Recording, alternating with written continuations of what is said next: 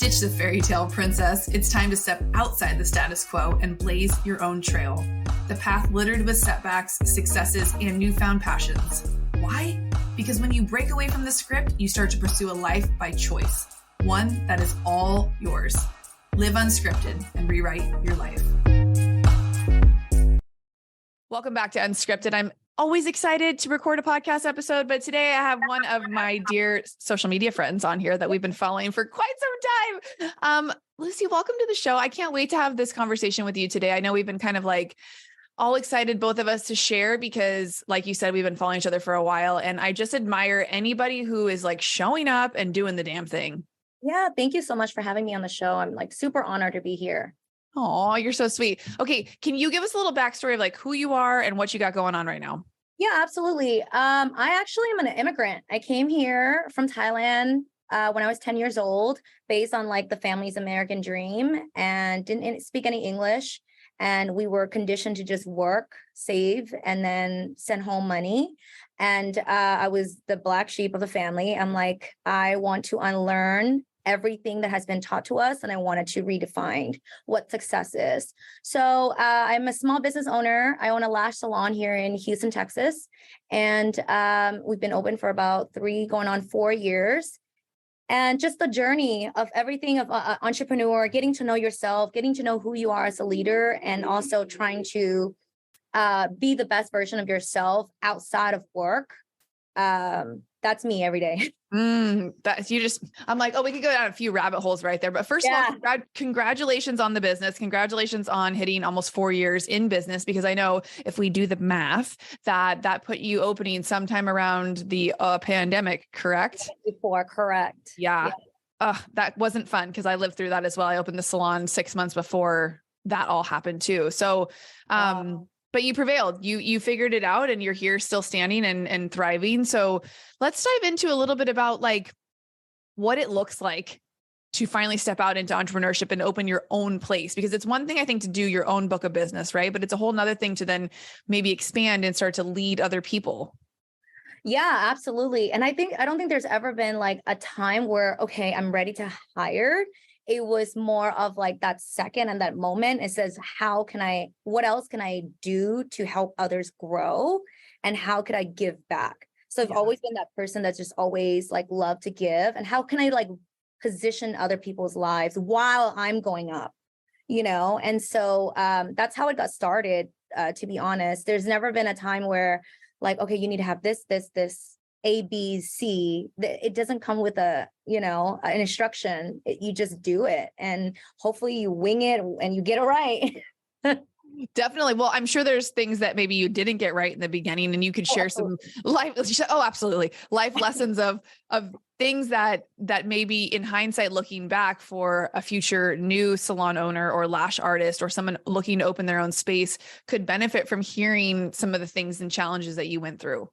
Yeah. I don't think that you need a lot of money.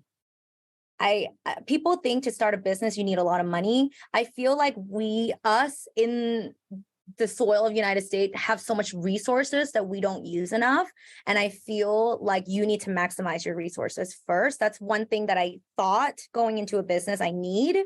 The second mistake is just work on who you are, getting to know you internally as much as like possible, because that's going to be the code for you can see when you bringing in a team member, and then exactly who to hire, because I didn't, because I just saw this person as like this giving, this loving, this sweet, but then I'm like, oh, I hear myself and I'm like, oh, you're actually a little stern. You could be a little bit nicer because you have anxiety, but so then you start to kind of work on yourself.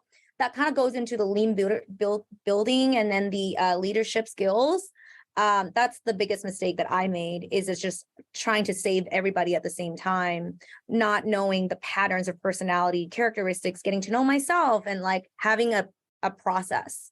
Yeah, for sure. Oh, you touched on so many good points there. And that I find that to be true for a lot of people who do try to step into salon ownership and take on that leadership role without first learning how to lead themselves. Like they may very well have had a great book of business and been successful on their own, but when it comes to leading other people or roping people in on your dream or bringing them into your vision, like what are some things now that you make sure you do when you're looking to add team members or that have worked for you now that you're in this leadership role? There is 2 types of steps that they have to go through before they get an interview with me.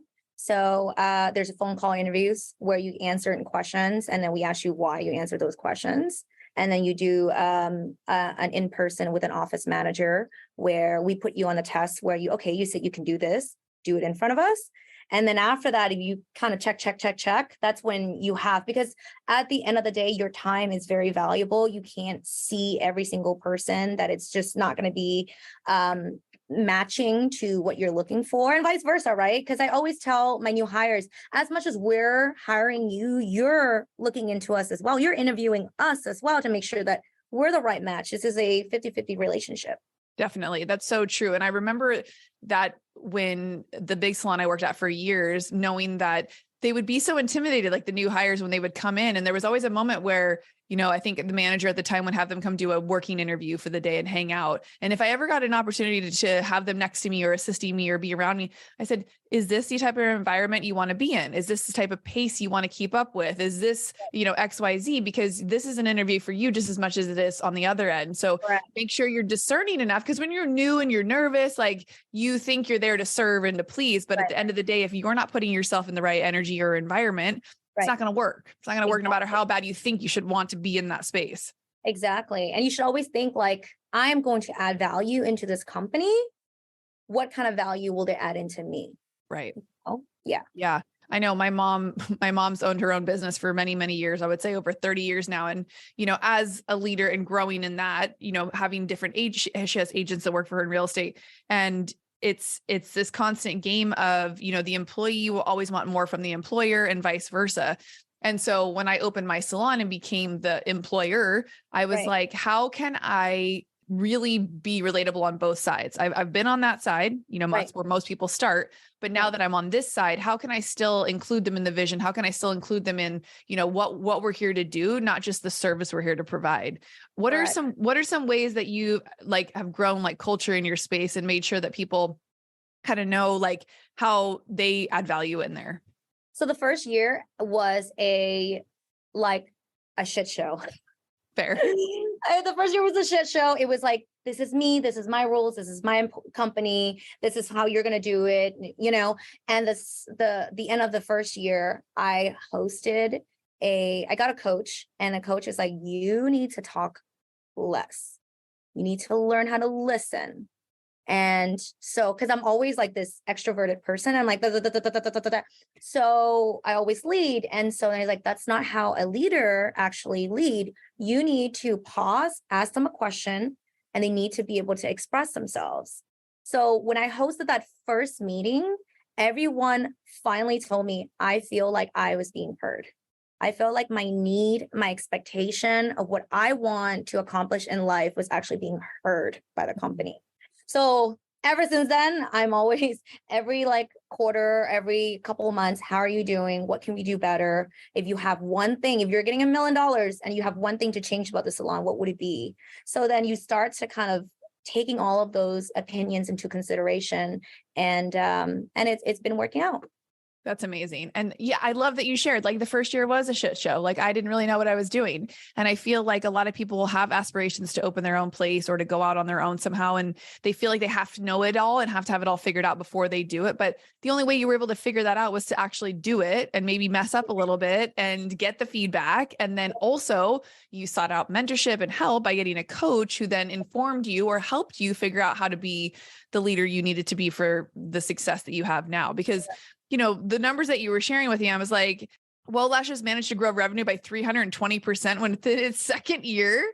That's insane. So will you talk us through what the process has been to get where you're at, and how have you been able to hold that energetic, space that needs to happen when you have such a fast growth happen inside your business? It definitely came with just being so hungry and like just truly love what I do. I know this sounds really corny, but like I genuinely love every bits and pieces that goes into what makes my company my company. And so I was starving. I literally, literally and figuratively, like I wanted to go out there and I wanted to just go super hard. And that's how we're able to exponentially grow. Now we found, I mean, COVID did affect a lot of our businesses, but we found that that was like the gap where we can fill in, because at that point people were wearing masks, they didn't feel pretty, they didn't get their hair done, they didn't get their lashes done, and all you can see is their lashes. So then we started doing like, give back to our nurses, discounts to all of the medical care worker. And then, there's so many nurses around at that time. So we were able to grow in that, only that area of which pulled us up exponentially. And then we grew from there, because then we have the people that are scared of what the future is going to hold, that doesn't have a career. So they're like, oh my God, I want to do what she does. So then we are training as well. So then we have different genre of like, okay, do you want to be a lash tech? Do you want to train to do lashes and be an entrepreneur? Or do you just want to come get your services done? That's amazing. So you created something for everybody, basically. Yes. Yeah. Correct. Diversifying how your company is able to make money, which I think a lot of people hold themselves back from. I have an amazing lash artist here in San Diego that she is brilliant. She's done my lashes for like 5, 6, 7, I don't even know how long. And I tell her all the time, she opened a space. She actually bought someone's old salon, turned it into a lash studio and skin. And I'm like, you need to be certifying people. You need to be teaching people how to do what you do because you're so good at it. And Right. she just, I think it's overwhelming to her to, get out of the doing of the service, right? Because that's all she's known, and into the leadership role and into like diversifying how she makes money. So if someone's listening and they're relating to that story of how she's stuck in this technician role, how have you taken yourself from that position into what you are doing now? It's definitely a process, like one day at a time, 1 hour at a time. But I've always been that person that loves to teach and loves to guide others. So it came to me naturally. I didn't have the patience in the beginning. I'm not gonna lie. Fair. I'm like, no, that's not how you do it. But eventually you start to realize that they're just like, anyone that is starting something new, it has to be so scary for them. They're taking a leap of faith. They trust you to be their educator. So, give them guidance, lead them, and speak. Because I always ask them, how do you learn? Do you learn by vision, or do you learn by hearing, or do you learn by like actually physically doing it? And they're like, well, they can tell me different things. And I'm like, okay, well, this is what we're going to be focusing on. And then as I grow my class, I'm able to implement all of those things to make sure that every single students are getting what they're, That's huge. Yeah. Tailoring it to each individual learning like style. That's huge. And again, that shows your leadership, right? It's not a one size fits all, and this is how we're doing it. Okay. Let's dive into our other favorite topics, which is personal development, personal growth. I know though you've had such success with the business, like you shared your childhood and how difficult that was coming here, not speaking English, being an immigrant, and just being conditioned to do things like they'd always been done. Have you had to do a lot of unlearning still, even in your later years? Yeah. Absolutely. Every single day. Yeah, Every single day. It's always an unlearning lesson. I started to watch a bunch of personal development around 2016, 2017. And I started to do research about like how our brain works and like your childhood, your trauma. And then I started taking therapy. And when you're dating someone, it really starts to tell you who you are, not who they are, based on your reactions. So then I start to kind of reach out on just that growth, the emotional growth that I have to have, because it affects my business. It affects how I react on my other business. And so that part was the hardest part, because just because you understand that this is just part of your triggering doesn't mean that you can control your emotions. It doesn't mean that you stop hyperventilating or you stop having anxiety just because it makes sense in your brain. It's a lot of work internally that you have to go through. And I'm still going through it. I thought I had it figured out, but I still don't. I know the universe is always like, yeah, no, you still have more lessons to learn. And it's an ongoing process, right? Because a new trigger will pop up and you're like, oh, I thought I dealt with that. And then it's like, oh, nope, there you are still in a different way. off of a different thing that happened. Yeah. So, what are some tools that you use to get yourself back in that state of awareness to be able to like handle things differently, or to slowly start to make some changes to where it's less difficult for you to get taken out of character? I think it's just finding the code to yourself. Like I had to find the code to myself. If I don't match with certain personalities, I have to like take myself away from that equation. And I have to be able to have empathy for others, because I started to understand myself and why am I triggering with this way. And I can't even imagine how angry this person was or what they had to go through to be able to react. I mean, we're in the service industry, so we're running into some of the angriest women of all time, right? And it's grace, is giving them grace and giving yourself grace. That was one of the key tools. Is like, it's okay. You're okay. You're going to get over it. You don't know their day, things like that. Therapy, physical, because if you can apply everything on your physical form, when you go to the gym, you feel good. This is a machine. You're getting to know your machine, and you can apply that to small little, growth that you're trying to do, what you're trying to reach in your mental state, Yeah. So those are the few things. Meditation. I meditate for the last 5 years, guided meditation, because, your mind wanders, but if you listen to someone's voice, guided meditation works really amazing. I used to have this little note that it's in my pocket, and it was in my scrub, and it says like, today's going to be amazing. I am going to be super successful today. And yesterday's worst is going to be today's best. Yesterday's best is going to be today's worst. And like small little thing that if I put my hand in my pocket, I'm able to be reminded of myself. And at the end of the day, I gave myself a gold star. So usually like 5, right? If I'm like really good, I had a great day. But if let's say it was snappy at my employee, I'm like, what could you have done better? Could you just take a deep breath a little bit more? Should you talk to this person? Would you want to be talked to this way? So then I start to grow a lot of self-aware by being disappointed in myself, right? I mean, that's where the growth is. It's just being disappointed in yourself, knowing that you have a chance to be better tomorrow, and then you just execute. I love that. So simple, yet so difficult at times, right? Like I feel like we think those things should just come more easily to us than they really do. But, at any given time, you're right. If you're in the service-based industry, I don't care what you do, 9 times out of 10, you're going to have great client experiences. Everything's going to go smoothly. But there's those days that you have no idea what that person's walking, into your space, dealing with or going through. And, if they're new, if they've had bad experiences before, and you just honestly never know. So having grace and compassion around not taking things personally has always really been helpful for me. And, taking that beat where you're like, especially if it's internal with an employee or a coworker, just knowing, if you know them, take a second to ask yourself, this isn't normally how they talk. This isn't normally what they do, and can I do something to help them in this moment versus make it worse? Right. I feel like for the longest time, like I'm pretty combative when it comes to someone disrespecting or being rude or like, I'm just quick to, well, what the fuck, versus, whoa, are you okay? Like, are you okay? Exactly. Yeah. Or am I okay? Like, why did I react that way? Or what, like asking yourself sometimes, like, why did that fucking bother me? It doesn't usually, like, she's always like that. Why are you annoyed today?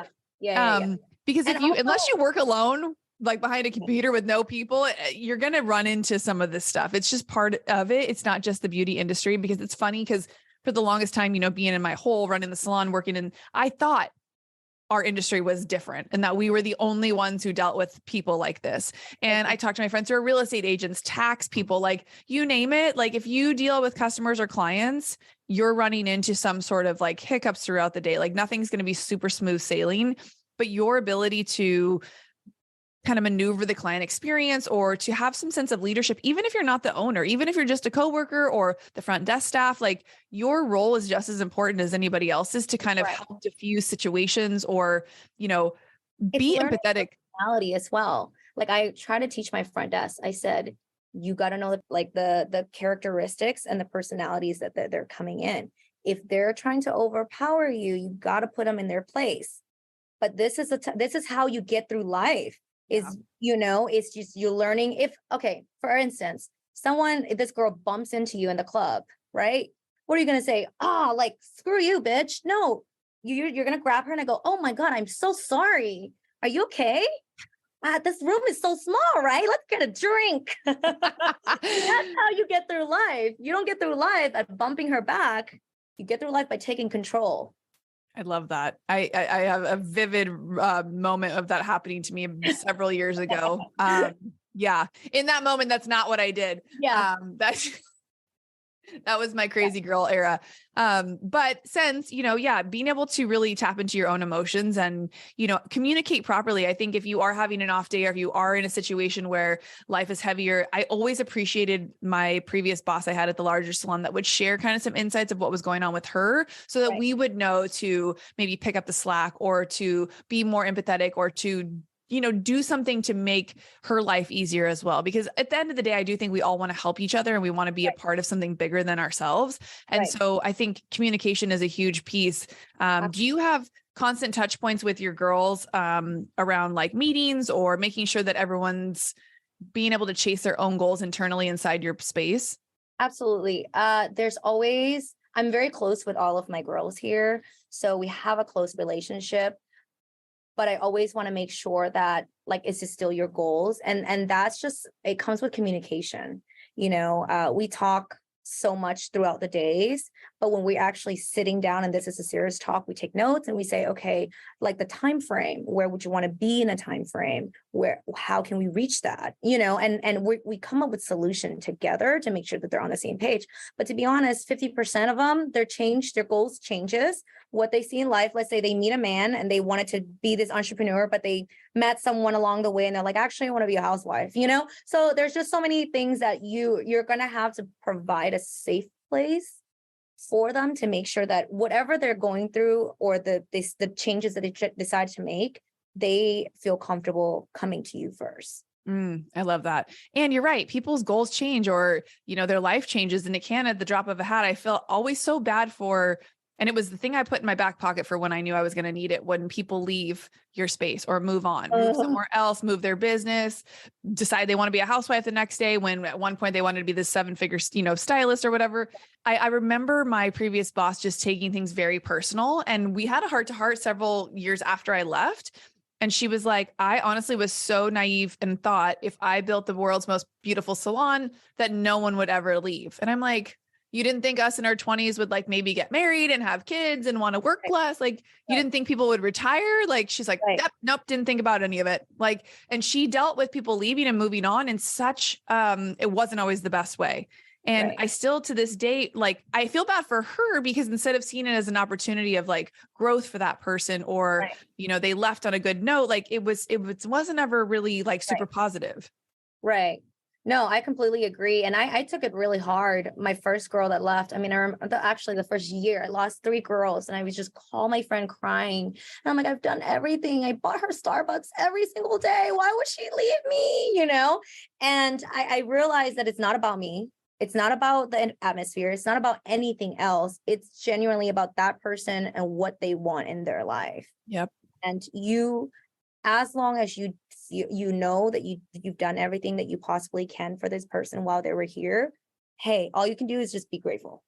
I completely agree. I know sometimes it's easier said than done. Oh, absolutely. So for someone who's opening a space, because this has actually happened in real time to 2 of my good friends who have opened spaces where they've brought newish people on who are building still. And these people want them to send them to these expensive classes or have this like training come in for them. And they've invested, quite a bit of money in these people. And A, either they're not producing or B, they want to move on or work somewhere else part-time. Like I've seen different scenarios happen to where I'm like, how do we get insurance on our investments with people? Is that something you can do? That is a great question. Number one. Number two, there's got to be a system where you're not taking a huge loss before truly like tremendously investing into someone.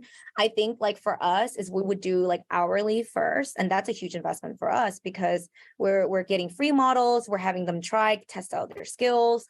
And I just wouldn't pay thousands of dollars for them to take this course. And I would pay you, like you have the knowledge, you can teach. Because that knowledge is never going to go away. But if you send someone else to extract that knowledge, you can't have that knowledge in a disc. You can't have it in a USB where you can reteach it to others. That person is taking that knowledge with them. So I don't think it's a smart investment if you sent someone else to learn those things. I would literally sacrifice myself first.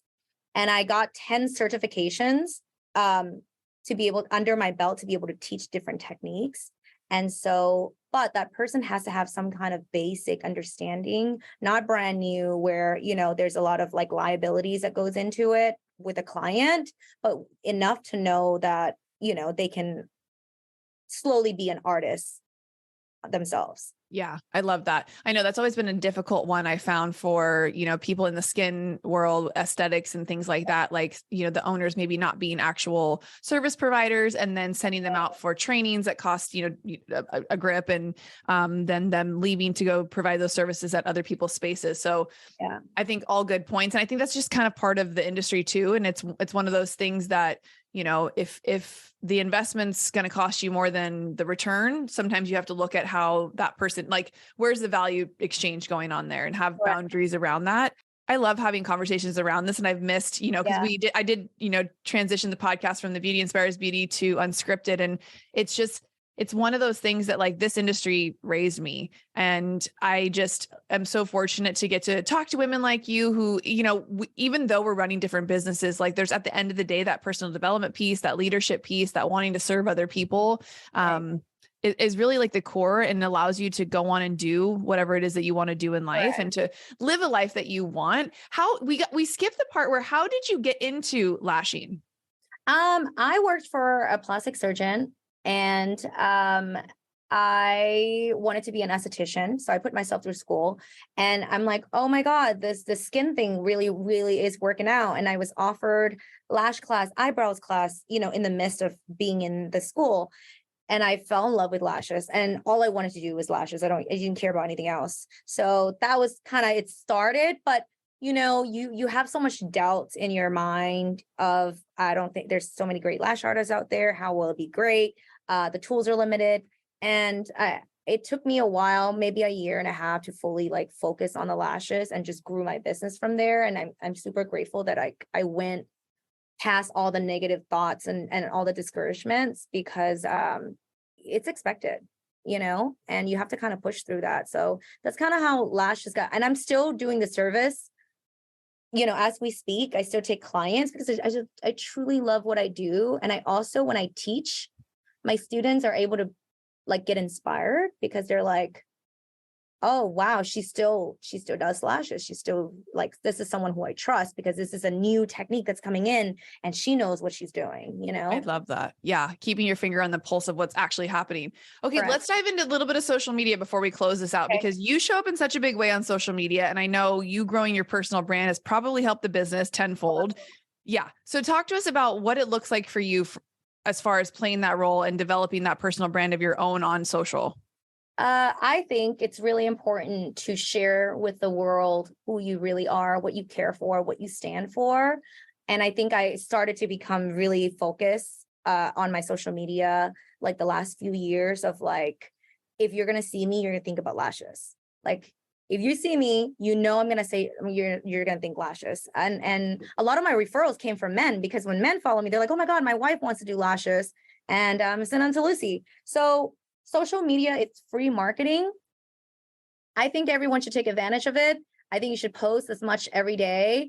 You just don't know who is watching, who is getting inspired, who is, thinking about whatever, they want to do in life. And you're that key, you're that seed, you're that person that like kind of planted a seed.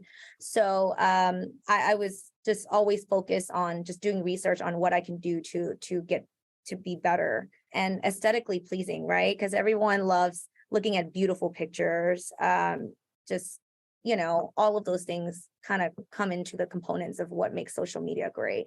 Absolutely. And honestly, like, I always laugh when people come into the salon and they're not put together. I'm like, you chose the wrong profession. Like, this is where you retire and you go become a trainer, or you go work somewhere where it doesn't matter what you look like. If you chose to be in the industry of beauty, I don't care which avenue you're in, like, putting some sort of effort in when you go to work, like, that is a non-negotiable. And yeah. And being relatable and being that same person on social as you are in real life. Like if you look like a glam goddess on social media and then you come in for a service and you look like a train wreck, like your clients are going to be so disappointed. I did that once on my birthday, like last week. And this client like moved her appointment to like 8 o'clock in the morning. So I just, I was like, I'm so sorry. She goes, no, no, no. I know what you look like. And I was like, oh, just give me grace, please. Yes. It's my birthday. I don't want to get ready completely twice. understand. I Oh my completely gosh. understand. Yeah. And I feel like people have such a love-hate relationship with social media. Do you have any advice or like, how do you work? Is it just you post and you love it and doesn't affect, you don't have to get really strategic? Or do you have some tricks or tools that people can kind of like lean into growing their personal brand through social? I Google everything. Like what is in right now? What time should I post? What color is in right now? What are the most like growing, I just Google. I literally Google everything before I do anything. And that has helped me a lot. That was my key. That was my key to, creating a social media interactions. And just it's part of networking. Every single time you're out, you should be asking people for social media, because even though they don't know who you are, they're gonna know who you are if they have your social media and you're constantly posting. And people, like yesterday, I actually went out to this hotel and she's like, hey, like your feed came out and it really spoke to me. And I just want to say, like, I'm super inspired by that one video. So you just don't know what kind of lives you're going to touch. And when they're inspired, they're going to tell their friends. Yeah. And it has it, and everything, every single areas, whether it's hair, it's food, is, business entrepreneurship, just talk about it. Just share as much as you can. Not to where, you're just depleted, because social media can be exhausting if you're not, having boundaries with everything. Yes, we love that word, boundaries, right? Like do what's in your field, but maybe schedule it to where, you're putting it in as part of your daily non-negotiables Right. and part of your networking checklist. And Right. I love that about going out and in real time, actually exchanging social medias with people so you can get to know them better. Are they somebody you want to be in their world? Can maybe you do something for them in some sort of way? I love that. Yeah. You heard it first. Google University, y'all. Google University. Lucy did not go to the school of social media. She went to Google, and we can too. So that's the thing, is like, when I see people showing up, it's like just that friendly reminder of it's part of our business now, and use it to your advantage, not your disadvantage, and find a rhythm and system that works for you. And you guys can follow Lucy on Instagram at _Lucy. Is it Whoa or Woo? Whoa. Whoa. I love that even better. Whoa. Like Whoa Lash. Whoa Lash. Yeah, duh. I feel like I got taken back in time with like the opening of my salon. And I look back at the things that I wish I would have done differently, or things that I would have like implemented. Do you have any top takeaways for anyone who's like on the fence, who's like thinking about opening their own space? You gave us some great insight of like, you don't have to have a lot of money. You can get super resourceful, Would you encourage someone who's thinking about opening their own space? Like, what would you say to somebody who came to you and wanted that piece of advice? Do it, but make sure that you don't put any stop into how many hours you're putting in, because it's going to require a lot of your time. You're going to have to breathe and you have to live it. And that's going to be your life for the first couple of years. And you're going to have to be prepared to do whatever it takes to grow. If you have that, you can do anything. But if you're like, I'm only going to work 6 hours, I got to go home, I got to do this. No, it's not going to be for you. You're not going to grow the way that you want to grow. The people that you admire on social media or in real life, they live and breathe their business the way that their life depends on it, because it does. So if you have that in you, do it.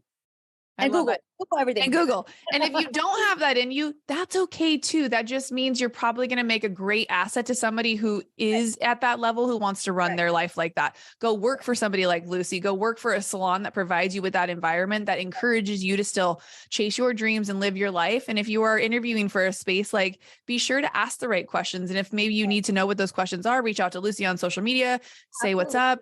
If you love this episode of the podcast and you got some insight on some things that maybe you're going to change or implement, we'd love to hear from you. You can tag us on social media, or send this to a girlfriend who's in the industry or is thinking about it. If you're looking to get certified in lashes, we know where to go. Whoa Lash Academy. She's out in Houston. And I think, honestly, like, I'm so inspired by women like you who just continue to show up, and you just have such a positive energy and light. Like, that's what I take when I go and hang out on your page.